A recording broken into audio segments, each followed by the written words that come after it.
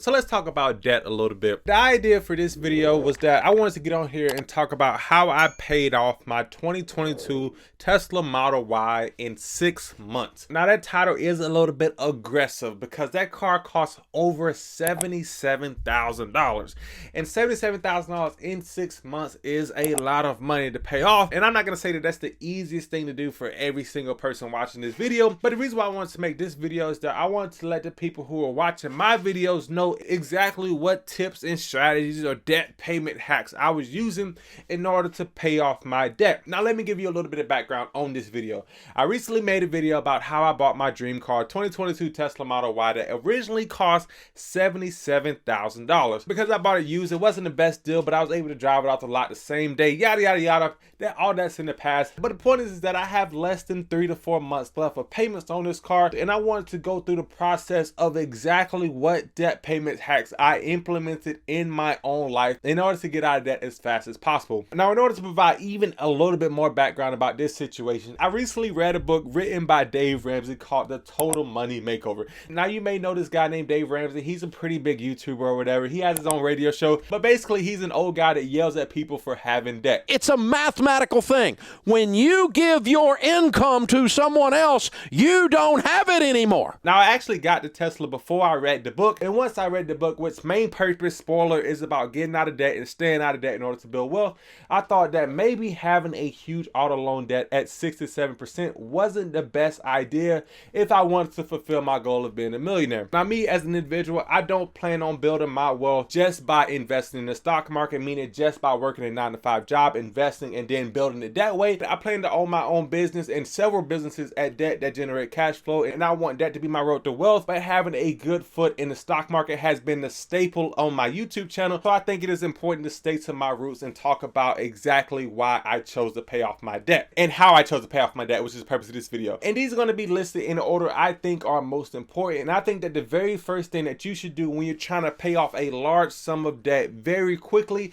is to first have an emergency fund in place. And by having an emergency fund in place, I don't mean just by having $1,000 sitting in a savings account. I mean that you should have at least 3 months of worth of your expenses in an account that you can't touch in 24 hours, so you can resist the temptation of taking money out of that emergency fund when something small comes up. Now, for those who are familiar with Dave Ramsey, this sort of contradicts with what Dave Ramsey says. Dave Ramsey says that you should have a $1,000 emergency fund and then put everything else towards your debt. However, I think that that is a little bit aggressive, and to be more conservative on debt payments, although you may be paying more in interest, I think that you should build your emergency fund up just a little bit more, maybe even just 1 full month worth of expenses, which can be anywhere from $2,000 to $5,000, and then start putting money towards your debt payments. But the amount of the emergency fund is not really all that important as long as you have at least something, at least $1,000+ sitting somewhere to give you some cushion just in case something bad happens. Now, why this is important in debt payments is because when you have your emergency fund in place, you can then do what I did in the debt payment process, and that is by putting every single extra cent that you earn beyond your expenses towards your debt payment.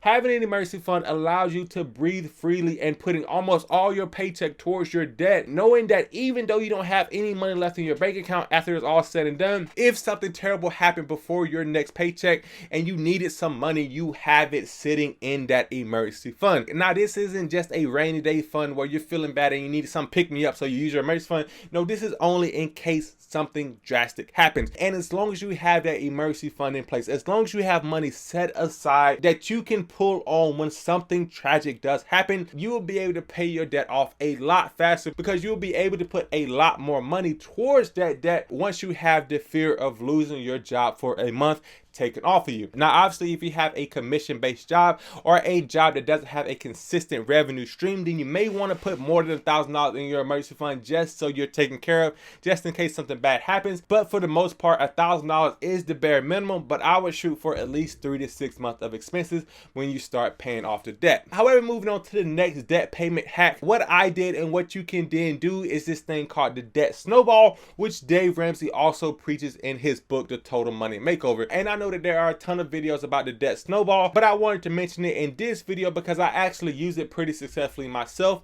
And what the debt snowball is that you pay off your smallest debt, no matter what the payment is, the smallest overall debt first, and then once that debt is paid off, you will use the payment that you put towards that debt into the next largest debt, and into the next largest debt, until you're snowballing into your biggest debt. Now for me personally, what my family had to take care of was a couple of nagging medical bills that we had since our time in college, which were about $1,000 to $2,000 that we were paying anywhere from $10 to $25 a month on. So once we paid off those debts, we then snowballed those payments into even larger debts, and then that led us to one of our largest consumer debts besides student loans, because we haven't paid those off yet, which was our auto loan. And so by utilizing the debt snowball, you will begin to mentally feel better as you go on your debt payment journey, because you can start checking things off the list. I don't think that there's a better satisfaction to the human emotion than completing something that you set out to finish. And if you're trying to pay off all 5 to 10 of your debts all at once, and you're making the minimum payments on all of them, and you're only paying a couple extra dollars on all of them every single month, you will be much more likely to not complete that debt payment journey, because you won't see yourself making any progress. However, if you have a tunnel vision on one specific small debt and you can check that debt off the list, once you move on to the next largest debt, you will start to feel proud of what you're doing. You will start to get even more motivated as the journey goes on,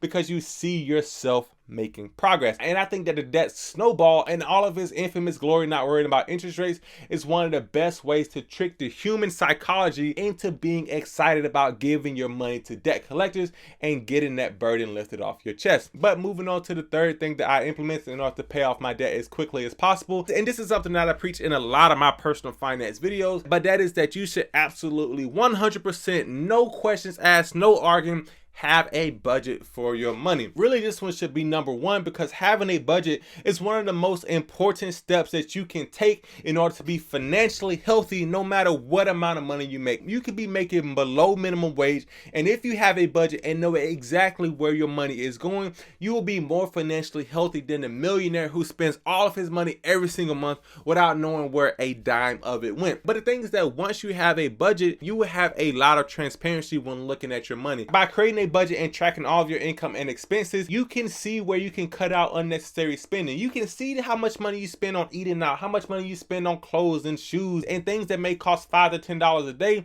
that add up over the course of a month. So tracking all of your expenses in a easy to use spreadsheet, or even on paper, as I did for the first 2 years of my budgeting journey, is one of the best things that you can do, because you can see exactly how much extra money you can put every single month towards your debt payments. And by seeing exactly how much extra money you can put, you can pretty much track exactly when you'll pay off your debts and how much interest you will pay. Just by having all of this transparency will give you a leg up on the competition, aka your peers who are still paying off their debt with the minimum payments, not knowing that they're getting completely eaten alive in interest payments. For all of my videos, I really just like to try to provide value for people who are watching. I like to give you guys the steps, the blueprint, in order to get yourselves in shape financially so that you can make your way to being wealthy. Whether you want to be wealthy by starting your own business, or whether you want to be wealthy by slowly investing in the stock market with your 9-to-5 job, either way, it doesn't matter. You need to budget. You need to get out of debt. You need to stay out of debt, no matter what your interest rate is. And I plan on making another full-length video about why I changed my view from not agreeing with Dave Ramsey on debt payments, especially debt with interest rate below 4%, to agreeing with him that no debt is best, and having to swallow the pill that maybe I was wrong about my view on debt in general. And I think it really all boils down to human psychology. Yes, as a human being, having debt that's below 8% may seem like a good idea when you can get an 8% return in the stock market, but psychologically, when you only begin to think about your debt payments and not about what the actual amount is, and you only think about what you can afford on a month-to-month basis, you really start to overextend yourself and really limit the amount of wealth that you can really build, because you start paying all of your money out to other big companies instead of building your most valuable company,